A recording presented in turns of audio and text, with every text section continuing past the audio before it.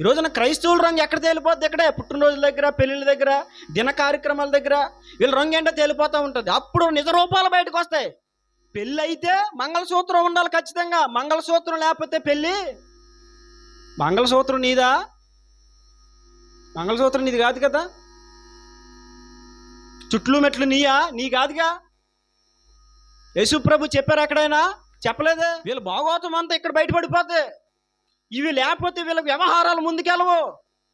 అంటే క్రైస్తవ్యములో ఉంటూ భక్తి పేరు చెప్పుకుంటూ మేము దేవుని బిడ్డలమని చెప్పుకుంటూ ఈ రోజున చాలామంది చేసే పనులు ఏంటంటే,